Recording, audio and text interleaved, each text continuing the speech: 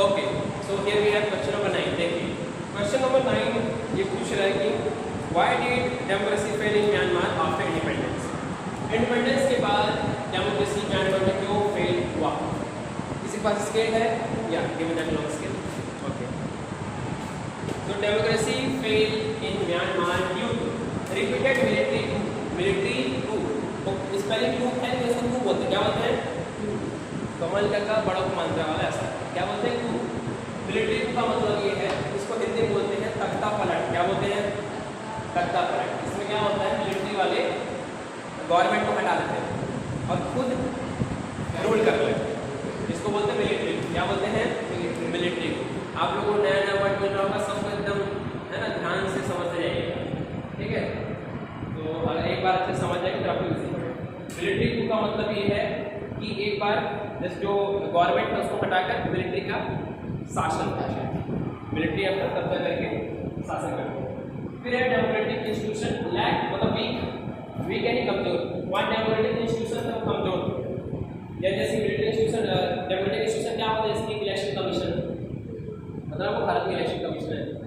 अगर election commission कमजोर रहता तो कोई भी मतलब चुनाव में करप्शन वगैरह ज़्यादा होते हैं. ये सब कहते हैं. Ethnic conflict.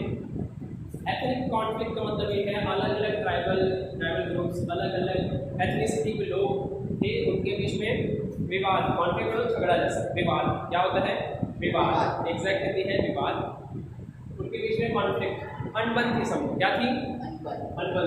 इस वजह से आर्मी ने पावर को कंट्रोल कर लिया. क्या कर लिया? कंट्रोल और रूल किया कंट्री पर.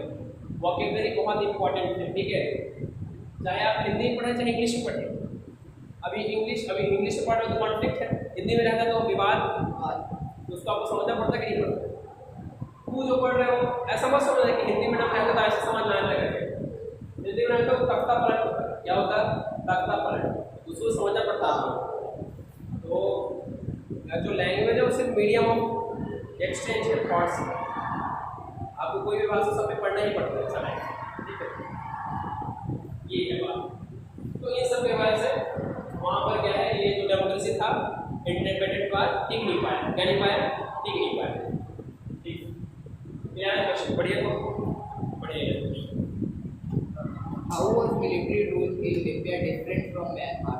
ठीक है, लीबिया में जो मिलिट्री रूल था वो म्यांमार से कैसे डिफरेंट था.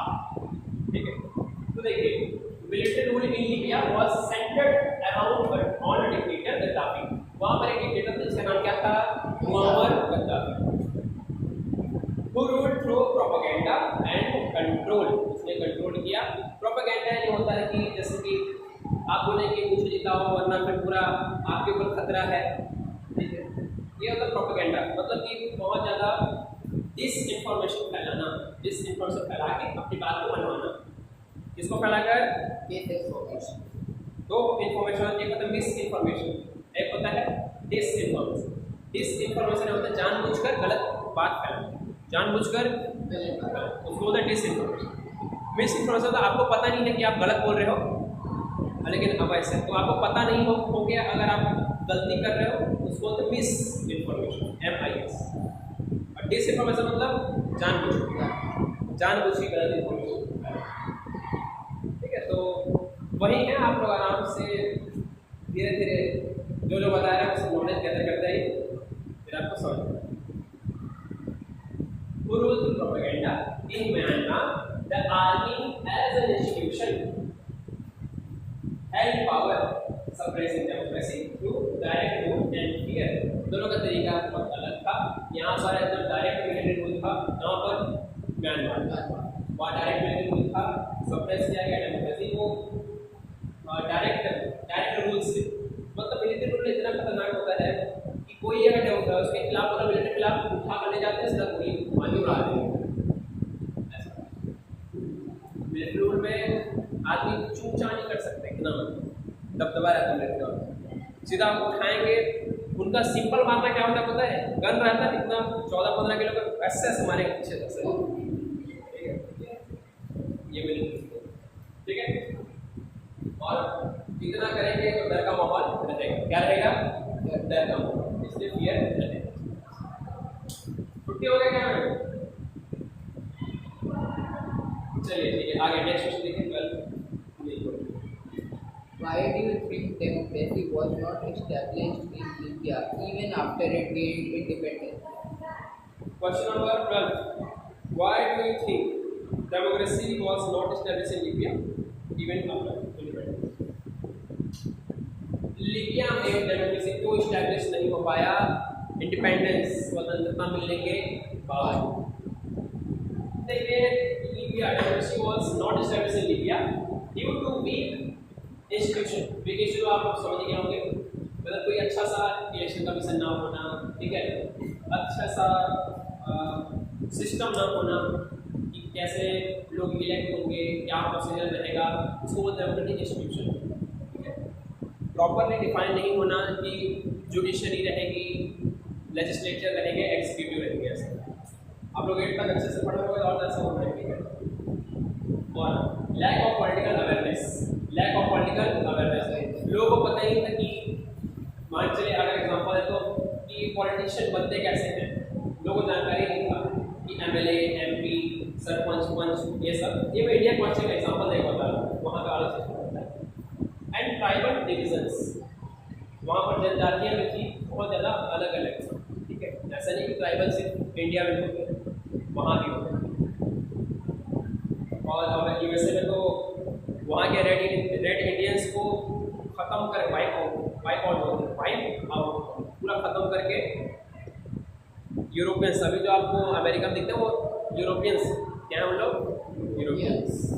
वहाँ के नेटिव अमेरिकन का आप सर्च करेंगे गूगल आपको दिखेंगे आदिवासी। नेटिव मतलब होता मूल निवासी, NATIV, नेटिव मूल निवासी। गद्दाफी ने इसका फायदा उठाया, Gaddafi took the advantage of this situation and impose a long term authoritarian regime. Mohammed Muammar Gaddafi ने 42 इयर्स वहाँ शासन किया। कितना इयर्स? 42। मतलब हम लोग देखते हैं कि अगर तो 3 बार प्रधानमंत्री बन गया बहुत बड़ी बात लगती है, इसलिए ना पीएम नरेंद्र मोदी 3 बार जिनके पीएम, जबकि तीसरा टर्म कंप्लीट नहीं हुआ है ना, अभी 11-12 साल बस हुआ है। और सोचो ये 42 इयर्स कौन मोहम्मद गद्दाफी से इतना 42 इयर्स तक इसने रूल किया। ये तो 2-3 वर्ड जो है जो बताते हैं उसको लिख के याद करते रहना है। नेटिव लिखिए, NATIV, नेटिव मतलब गद्दाफी एज कितना? गद्दाफी का एज मैं देखा था, गूगल करना आपको मोहम्मद गद्दाफी आपको सर्च करो मिल जाएगा। बेटा इसको एक वर्ड में लिखो, नेटिव मतलब मूल निवासी।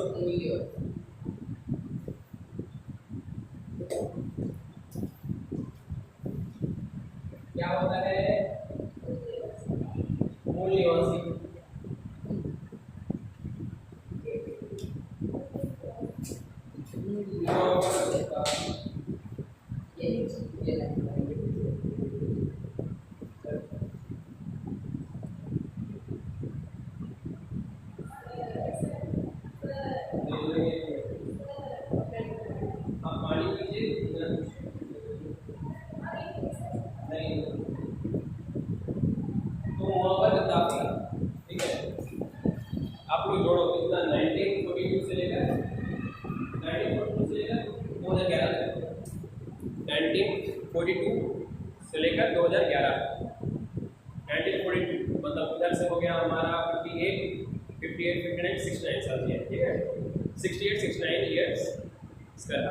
इसका असैसिनेशन हुआ। असैसिनेशन यानी क्या होता है? हत्या। क्या होता है? हत्या। ये सब पढ़ने में लिखिए, हर दिन नहीं बता देना होगा, पहला दिन इसके बाद खाना होगा, मतलब ये स्टार्टिंग। असैसिनेशन क्या? असैसिनेशन